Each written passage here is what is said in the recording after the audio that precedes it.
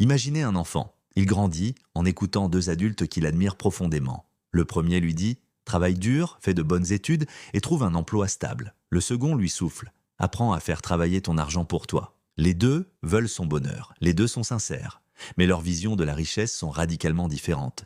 Et si votre avenir financier dépendait moins de votre salaire que des idées que vous avez héritées sur l'argent? L'une des idées centrales du livre est que beaucoup de personnes passent de des années à apprendre les mathématiques, les langues, les sciences, mais très peu reçoivent une véritable éducation sur le budget, l'investissement, la gestion des risques, la création de patrimoine. Selon Kiyosaki, cette lacune explique pourquoi certaines personnes gagnent bien leur vie tout en ayant des difficultés financières. Le livre invite le lecteur à distinguer deux façons de penser. L'une voit le revenu comme la principale solution. L'autre s'intéresse davantage à la construction progressive d'un patrimoine. L'idée n'est pas que le salaire est inutile, mais qu'il ne suffit pas toujours à créer une sécurité financière durable.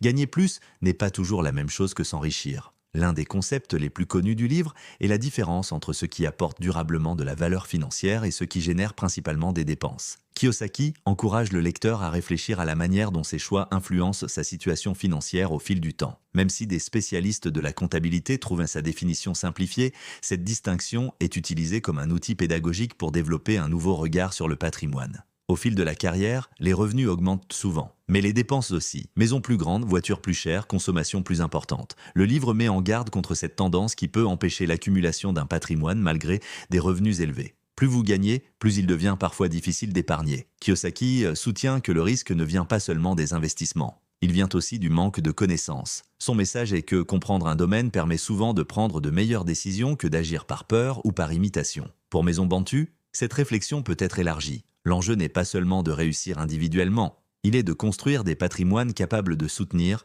une famille, une entreprise, une communauté, plusieurs générations. Dans de nombreux contextes africains, cela implique également de concilier solidarité familiale et investissement de long terme. Comment bâtir un héritage durable tout en restant fidèle aux valeurs de partage? Le livre insiste sur l'importance de continuer à apprendre. Les marchés évoluent, les technologies changent, les opportunités aussi. L'éducation financière n'est pas un événement ponctuel, mais un processus continu. L'auteur encourage à développer la curiosité, l'esprit d'entreprise, la capacité à résoudre des problèmes. Il présente l'initiative comme une compétence essentielle pour créer davantage d'opportunités. Les opportunités sont souvent mieux vues par ceux qui les recherchent activement. Le livre rappelle que le patrimoine se construit rarement en quelques mois. Il repose généralement sur la discipline, la patience, des décisions répétées dans le temps. Cette approche rejoint un principe largement partagé par de nombreux spécialistes de l'investissement. Le cœur du livre peut être résumé ainsi: la liberté financière ne dépend pas uniquement du montant de vos revenus, mais aussi de votre capacité à comprendre l'argent,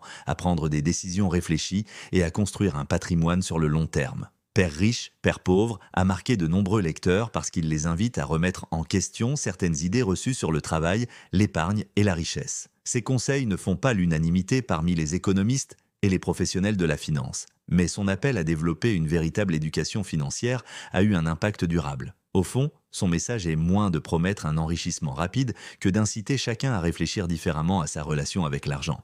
Si cette réflexion vous a inspiré, abonnez-vous à Maison Bantu. Parce que la richesse commence souvent par une manière différente de penser. Et parce que le plus bel héritage n'est pas seulement ce que l'on possède, mais ce que l'on apprend à transmettre.